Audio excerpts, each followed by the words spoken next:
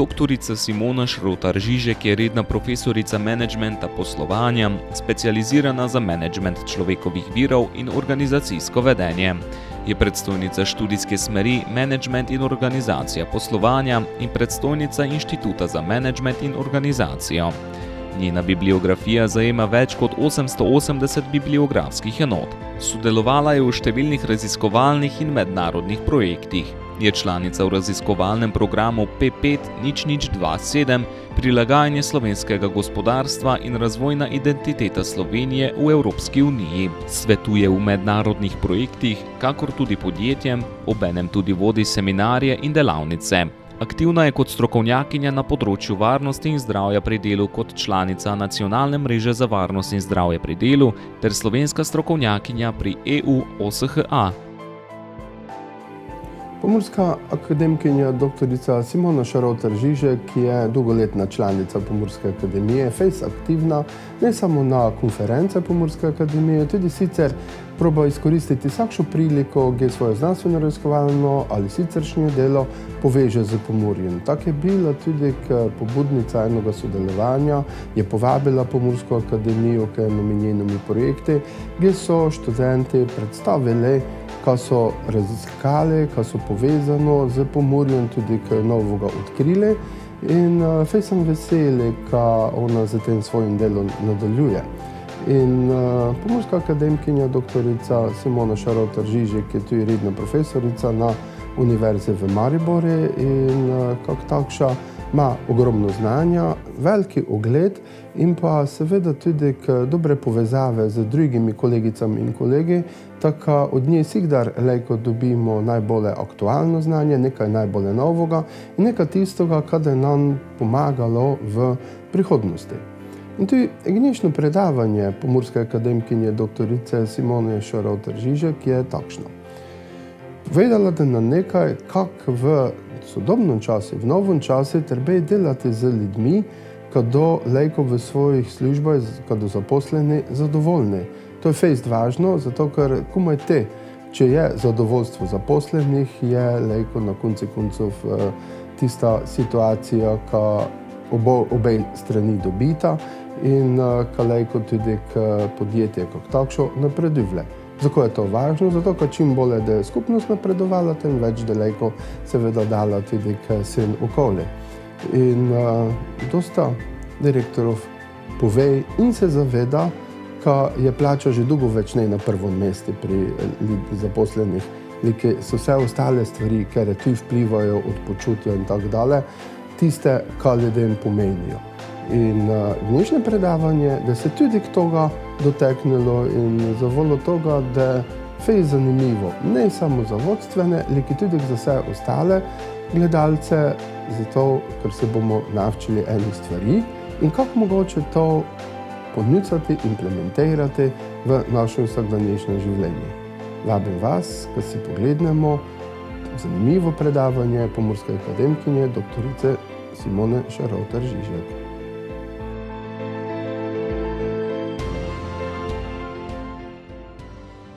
V sodobnem delovnem okolju je zelo pomembno, da so zaposleni zdravi in delovno sposobni. K temu pomembno prispeva varnost in zdravje pri delu. Tudi varnost in zdravje pri delu se posodablja, saj se prilagaja izzivom iz okolja organizacij. Zato postaja varnost in zdravje pri delu trajnostna.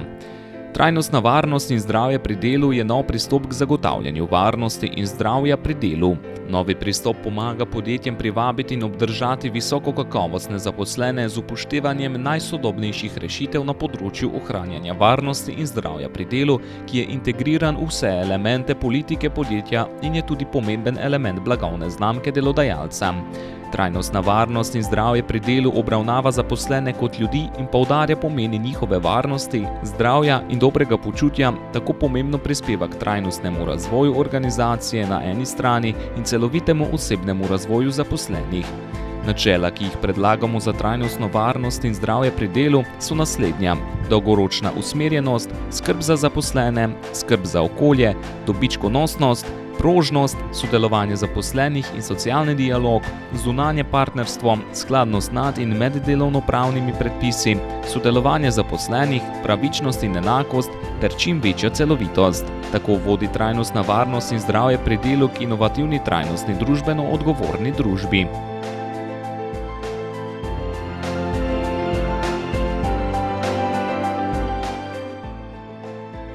Tri dejstva. Digitalizacija povzroča nova tveganja za varnost in zdravje zaposlenih. Digitalizacija prinaša tudi prednosti za varnost in zdravje pri delu. Pomembno je razviti nov pristop k upravljanju znanja in vrednot glede varnosti in zdravja pri delu, ki ga podpirajo trajnost in družbena odgovornost.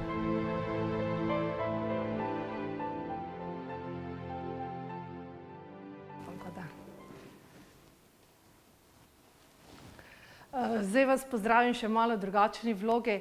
Jaz sem izbrala temo, s katero se v zadnjem času intenzivno ukvarjam, pa ne, da se ne bi že prej, ampak varnost in zdravje pri delu tudi dobiva novo konotacijo, pravzaprav tudi v luči digitalizacije, spreminja seveda naravo, vsebino, obliko, način izvajanja in poraja številne nove psihosocialne dejavnike tveganja, kakor tudi druga tveganja za našo varnost in zdravje pri delu. Zdaj, kako sem si jaz nekako zamislila to naše kratko druženje, seveda nekaj uvodnih besed, zakaj je seveda varnost in zdravje še vedno tista, ki jim moramo podajati neko pozornost. Potem bi rada izpostavila, kaj so poleg digitalizacije tisti ključni izzivi, ki vplivajo na to področje dela, in pa seveda, kaj bi lahko bil možen odgovor na ta izziv. Zdaj, če gremo na podatke, tudi jaz sem skušala najti nekaj aktualnih stvari. Torej, če pogledamo zdaj svetovno merilo, je seveda na tem področju varnosti in zdravja pri delu še veliko rezerv. Torej, to so podatki, ki so zame kljub vsemu zaskrbljujoči, da 1000 ljudi zaradi nezgod pri delu umre na dan in da seveda 6500 seveda tudi zaradi bolezni, ki so povezane z delom. Torej, to področje bo pomembno tudi jutri. In zakaj seveda jutri še toliko bolj, čeprav smo vsak dan bolj razviti? Zaradi tega, ker seveda delujemo v okolju, ki je izredno turbulentno in je izzivov, ki tudi na to področje vplivajo veliko.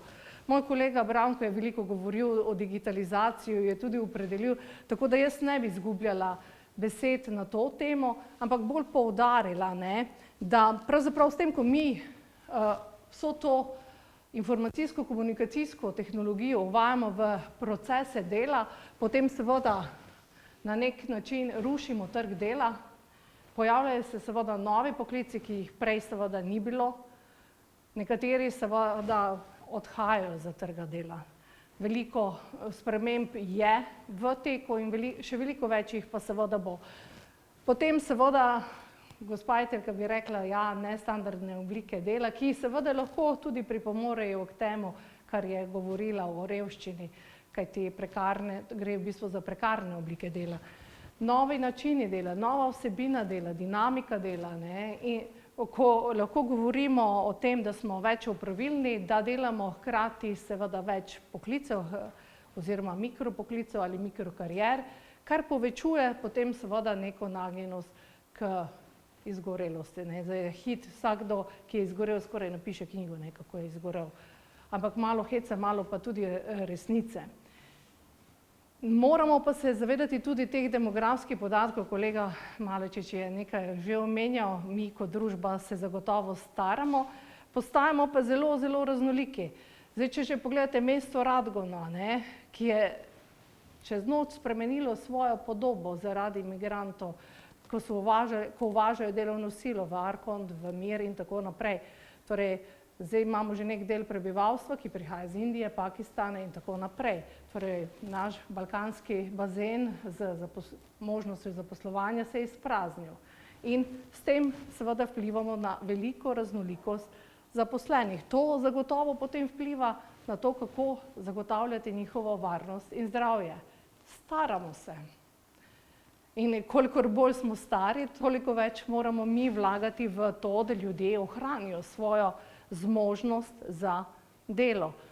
Pa potem seveda bi lahko še naštevali, da obstajajo tudi različne generacije in da jih moramo seveda pripeljati na nek skupni imenovalec in prilagoditi tudi to področje varnosti in zdravja pri delu njim. Zdaj, en izziv je trajnost, jaz jo bom še naslovila. Tudi ko sem gledala program, sem opazila, da bo svoj kolega tudi spregovoril o krožnem gospodarstvu in tako naprej. Mi prihajamo do tega, da ustvarjamo zelena delovna mesta, vendar zelena delovna mesta so seveda nam še relativno neznana, kar se tiče tudi tega področja varnosti in zdravja pri delu. Torej, veliko stvari pomeni in predstavlja pomemben izziv za to področje, ki ga moramo razvijati že iz sebičnih razlogov. Kolikor bolj seveda razvijamo to področje, tolikor bolj seveda povečujemo svojo kvaliteto življenja. Zdaj, kaj bi seveda si jaz želela, da tudi ta pristop v varnosti in zdravju pri delu postane trajnostni, čeprav bi moral tudi že biti, kajti že sama osnova varnosti in zdravja pri delu ima to trajnostno konotacijo. Zakaj je toliko bolj? Kajti tudi na področje varnosti in zdravja pri delu se nekako navezujejo cilji, ki smo jih sprejeli do leta 2030. Nekako 193 držav je reklo, da to bo naš prihodnji razvoj, kateremu sledimo. In področje seveda varnosti in zdravja pri delu naglašujete dva cilje in to je številka 3, ko govori o zdravju in pa seveda številka 8, ko se dotaknemo tega delovnega okolja. In če je to trajnostni razvoj, potem tudi logično mora postati varnost in zdravja v naslednjem koraku trajnostna. Kaj to pomeni? Da začnemo razvijati varnost in zdravje kot odgovor na vse te izzive, ki sem jih omenjala, pa naj si bodo demografski, pa naj si bodo izzivi, ki jih prinaša sodobna tehnologija ali pa globalizacija ali kakorkoli že, zato da tudi to področje ohranjamo korist nam vseh na zelo visoki ravni. Zato lahko govorimo tudi o trajnostni varnosti in zdravju pri delu v luči znanosti, kajti ponuja nove pristope, nove rešitve, ki seveda dajo odgovor na sodobne izzive. Ampak kaj je meni pomembno, ko govorim o varnosti in zdravju pri delu iz nekega trajnostnega vidika, predvsem to, da postavljam v ospredje človeka, kajti žal nikoli, ker če se ukvarjam s človeškimi viri, jaz ne morem postaviti umetne inteligence na prvo mesto, ampak bom vedno postavila človeka in varnost in zdravje pri delu postavlja človeka v center, skrbi za njegovo delovno zmožnost, kajti kot je prej smo slišali, zagotavljanje sposobnosti za delo je seveda odmik od revščine. In kar je zame ključno, če razvijamo tudi varnost in zdravje pri delu, postajamo tudi privlačni delodajalec. Tudi ta vidik lahko pomembno prispeva, da neka organizacija postane nek privlačen delodajalec za zaposlitev. Kajti, kot sem že omenjala, trenutno je res trg dela v bistvu prazen in najti dobre kandidate za prosta delovna mesta je pravzaprav velik izziv.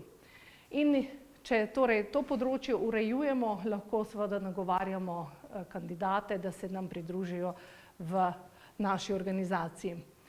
Zdaj, kakšne značilnosti mora ta trajnostna varnost in zdravje pri delu imeti? Zagotovo dolgoročnost. Ampak, če ti ne povezuješ preteklosti s prihodnostjo, torej nisi storil nič. Torej, izkušnje so tiste, na katerih seveda črpaš svoje znanje in modro ravnaš in snuješ prihodnje dneve. To, da upoštevamo zakonodajo, tudi to področje je regulirano, ja, ampak mislim, da lahko gremo korak več in storimo ne samo tisto, kar zahteva zakonodaja, gremo lahko tudi ta sistem urejati po ISO standardih in tako naprej. Torej, več kot je tisto, kar se zahteva. Kreirajmo zunanja partnerstva. Zakaj zunanja partnerstva? Kajti vse institucije v okolju nam lahko tudi pomagajo, ko seveda nekako skrbimo za naše zaposlene z vidika varnosti in zdravja, naprimer zdravstveni dom, potem tudi Inštitut za javno zdravje in tako naprej.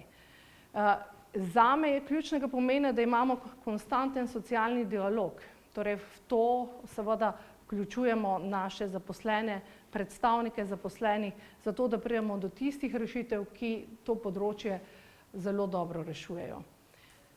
Seveda odgovorno, osebno odgovorno, družbeno odgovorno, celovito, zagotovo. Ampak kar bi rada še izpostavila, da tudi tu, ko te aktivnosti izvajamo, Branko je lepo rekel, vse se na koncu konča pri uspešnosti.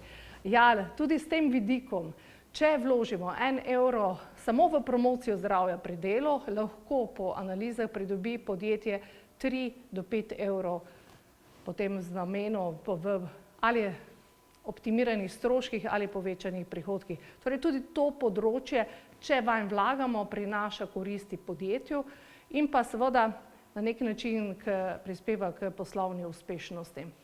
Lahko bi povedali, da pomembno je tudi zaradi tega, da ima značilnosti, da smo tudi fleksibilni, agilni in tako naprej na tem področju.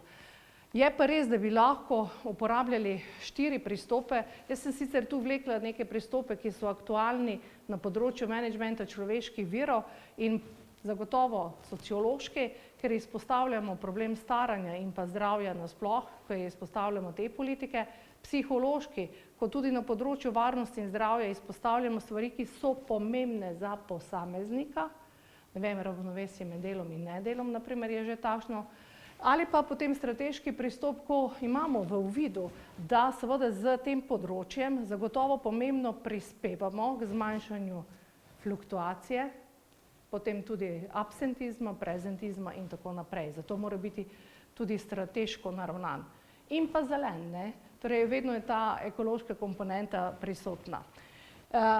Seveda, kaj skušamo doseči, da je torej socialni dialog na vrhunski ravni, da seveda vključujemo politiko varnosti in zdravja v vse elemente strateškega razvojnega načrta, katerekoli organizacije, in pa da seveda pri tem imamo visoke etično-moralne standarde, kajti to področje nas bo, bom rekla, se dotaknilo zelo globoko, kajti spremljani bomo na vsakem koraku.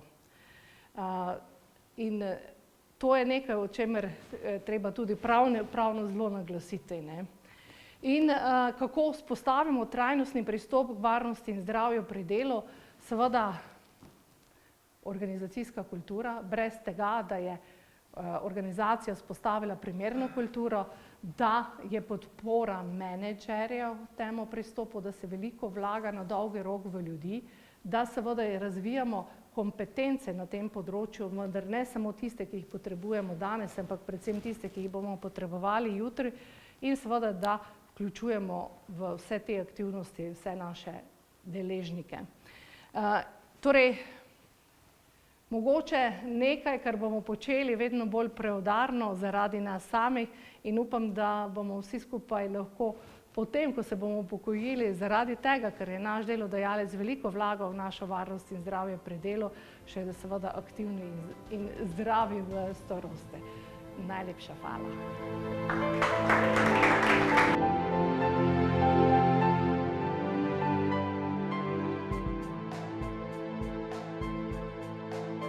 Ste vedeli, da so psihosocialni dejavniki tveganja za varnost in zdravje zaradi digitalizacije in IKT lahko časovni pritisk, neustrezna komunikacija, pomanjkanje socialne podpore in mnogi drugi?